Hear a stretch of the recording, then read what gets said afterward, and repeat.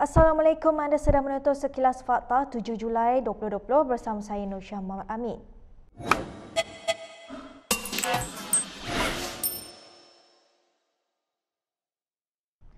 Yang di-Pertuan Agong Al-Sultan Abdullah Riyadhuddin Al-Mustafa Billah Shah berkenan menjadi responden pertama Banci Penduduk dan Perumahan 2020. Dalam video ringkas yang ditayangkan pada Majlis Pelancaran Banci 2020 oleh Perdana Menteri Muhyiddin Yassin di Putrajaya hari ini, Seri Paduka bertitah supaya rakyat turut bersama-sama menjalankan tanggungjawab tersebut.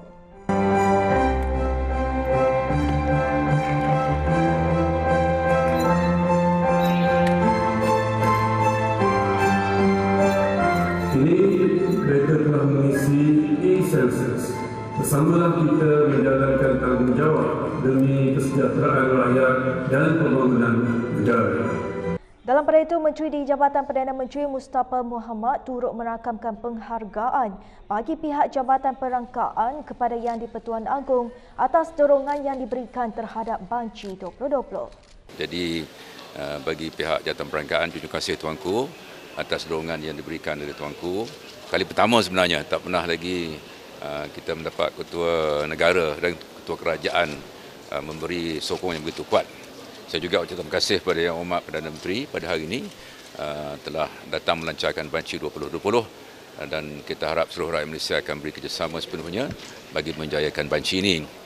Baik, sementara itu Mustafa hari ini mengakui kadar garis kemiskinan kebangsaan sebanyak RM980 sebulan bagi setiap isi rumah berdasarkan metodologi yang dilakukan pada tahun 2005 sudah tidak boleh dipakai. Menurutnya, garis kemiskinan tersebut akan disemak semula dan diumumkan tidak lama lagi. Apa yang berlaku ialah bermula pada bulan Januari hinggalah November tahun lepas. Jabatan Perangkaan iaitu 2019 ya.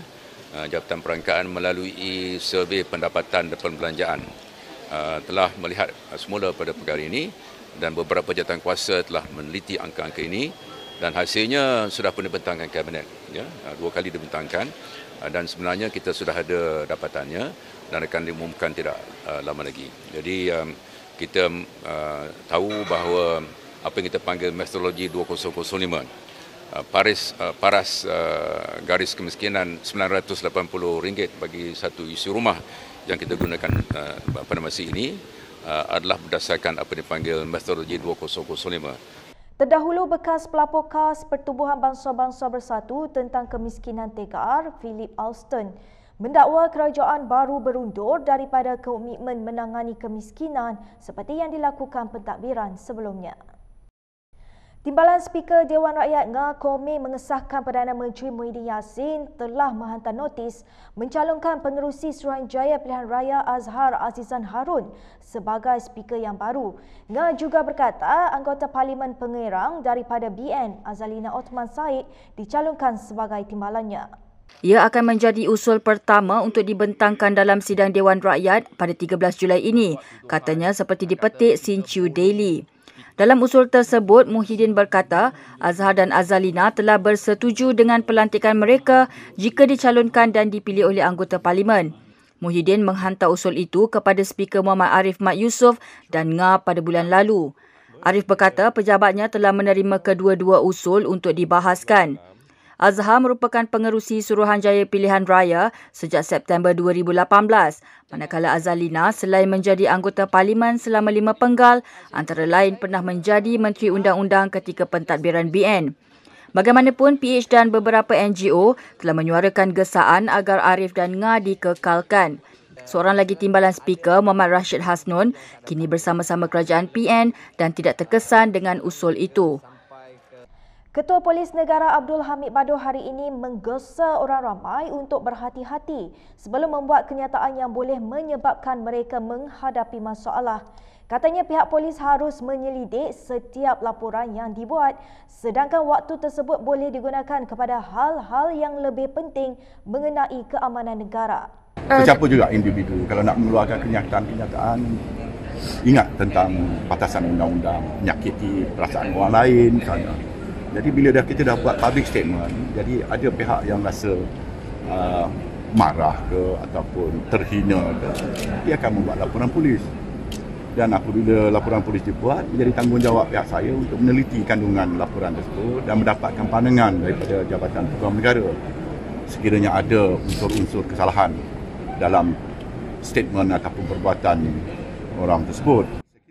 Abdul Hamid terdahulu mengulas pertanyaan wartawan mengenai kontroversi berkaitan dokumentari Al Jazeera serta dakwaan oleh penganjur Parlimen Digital bahawa para pesertanya dianiaya polis.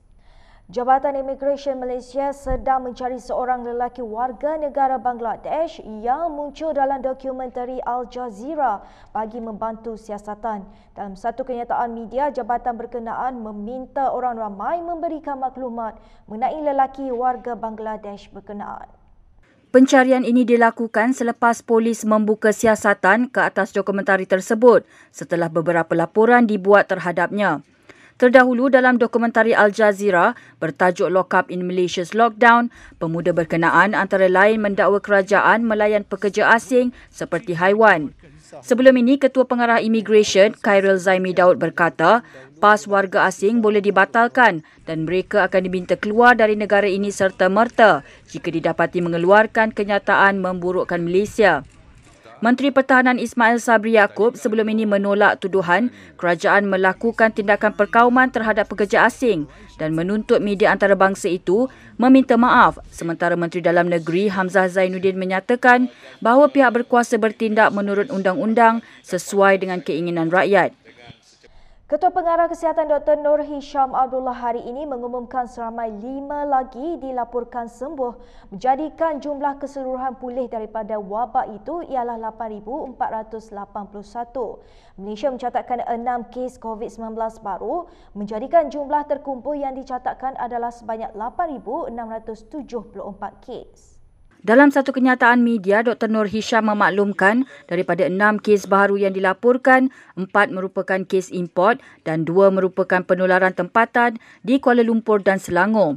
Tiada kematian baru dilaporkan menjadikan jumlah korban akibat COVID-19 di Malaysia kekal sebanyak 121 kes atau 1.39% daripada keseluruhan kes.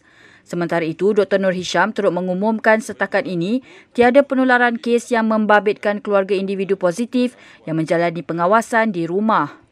Baiklah, sekian sahaja daripada saya Nur Syah Muhammad Amin untuk Sekilas Fakta. Untuk lebih banyak berita, anda boleh melayari kinitv.com.